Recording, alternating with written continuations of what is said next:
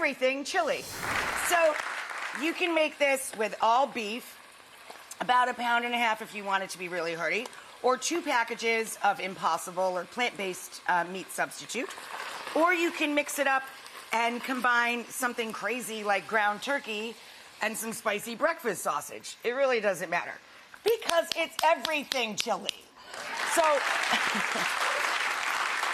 brown your protein of choice. This is ground sirloin 80/20. And then here's our spice blend. Up here I have ancho ground chili powder. So this is mild to moderate. This is smoky and earthy. It's not super duper spicy.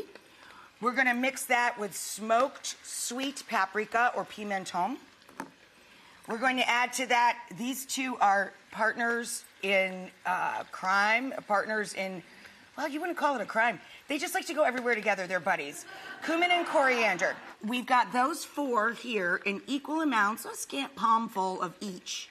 And we're gonna mix that together and drop it in. You can also just use a few palmfuls of chili powder. Then we're gonna get more bang for our buck and up the heat level with chipotle paste or ground chipotle in adobo. I just put in a good squirt. Now we're going to add in a large onion or 2 medium, grate in a little garlic, a couple of fat cloves, and then I just started throwing things in the pot. So some black beans. You're gonna add 2 cups of beef bone broth, which is what this is, or vegetable stock, your choice. A little tomato sauce for sweet. A can of fire roast tomatoes for the smoky flavor. And I'm gonna use a jar of Hatch green chilies. You can buy these frozen or in jars online, or everybody can get at the regular grocery store a couple of cans of green chilies. Our family likes everything extra spicy, so I'm throwing in a jar of the Hatch chilies. Everything that I cook with ground beef or ground turkey, I usually add a little Worcestershire sauce. Heads up, if you're making this as a vegetarian preparation, they sell vegetarian Worcestershire. There's a trace amount in traditional Worcestershire sauce, there's a trace amount of anchovy. So you have to look specifically for vegetarian Worcestershire if you're a vegetarian. You probably already know that if you're a vegetarian. So. And then I'm gonna add a little bit of kind of an umami flavor to it. I use, when I first made this recipe, I used a smoked shoyu or smoked soy sauce. This is just straight up organic tamari, or no, organic shoyu, same thing. And I'm gonna add a little splash of that. Again, it was just kind of grabbing. So we're gonna let this cook down, thicken up, and marry this crazy concoction of flavors together. Meanwhile, we're going to make, I'm very proud of this. What I did to this was I made like a giant upside down nacho.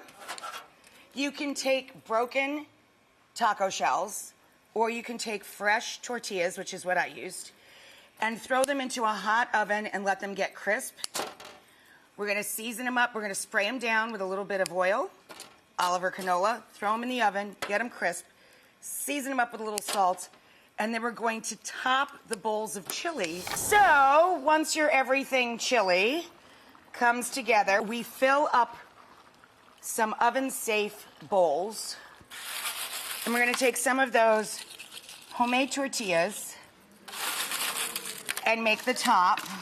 And then I have a blend of sharp cheddar and pepper jack that we'll put up on top of the chips.